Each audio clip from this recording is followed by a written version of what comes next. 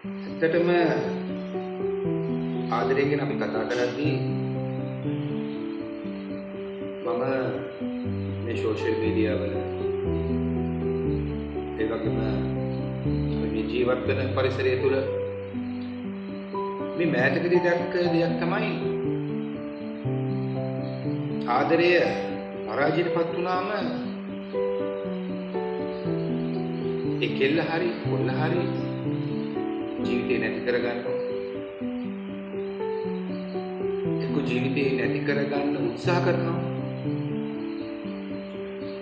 ඉතින් ආදරේ හරියට දෙන්නේ අඳුරගත්තා නම් ඔය කිසිම දෙයක් කරන්න අවස්ථාව උදා වෙන්නේ නැහැ.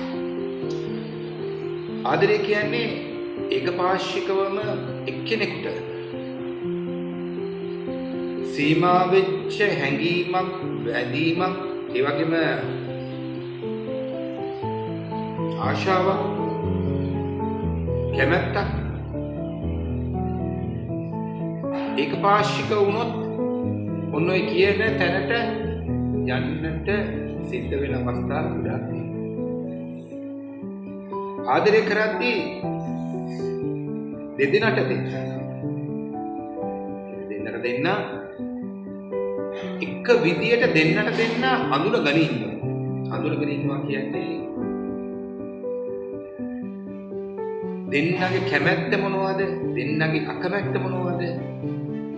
ඔන්න ඔය කැමැත්ත අකමැත්ත මත තමයි ඔය ආදරය කරනකොට එයාලගේ පැවැත්ම ආදරයෙන් පසු විවාහයට යන තැන තීරණය වෙන්නේ. එතකොට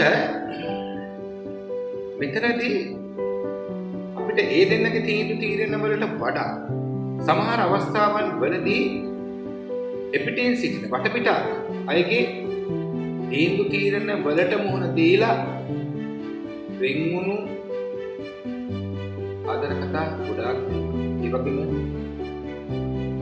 ජීවිතේ නැති කරගත්ත ආදර කතා ගොඩාක් තියෙනවා. මම ඉතින් හැමෝගෙම ඉල්ලන්නේ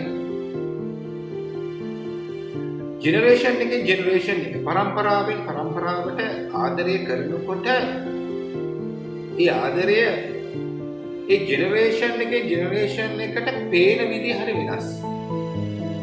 දැන් ඒකට ප්‍රධාන හේතුවක් කියන්න මම ඔයගොල්ලන්ට තේරුම් ගන්න. දැන් හිතන්න අපේ අම්මලා ආදරය කරපු ඒ අවස්ථාව හා පරිසරය නෙමෙයි අපි ආදරය කරනකොට තියෙන්නේ. ඒ වගේම තමයි අපි ආදරය කරපු පරිසරය හා වටපිටාව හා ක්‍රියාවන් නෙමෙයි දැන් අපේ දරුවන් ඉස්සරහට ආදරය කරන්නේ. ඉතින් ඔක ජෙනරේෂන් එකෙන් ජෙනරේෂන් එකට වෙනස් වෙනකොට උඩ හිටපු ජෙනරේෂන් එක කියන්නේ දැන් මම නම් මගේ අම්මා තාත්තට අපි ආදරය කරන විදිය වෙනස් විදියකට පේන්න පුළුවන්. ඒක සාමාන්‍ය දෙයක්.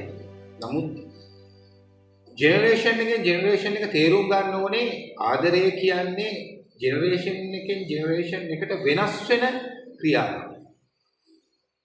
නොවෙනස් වෙන කිසිම දෙයක් මේ විශ්වය තුලවත් එයින් එහාට කිසිම තැනක නැහැ. සිල් දරාට මුදෙන්න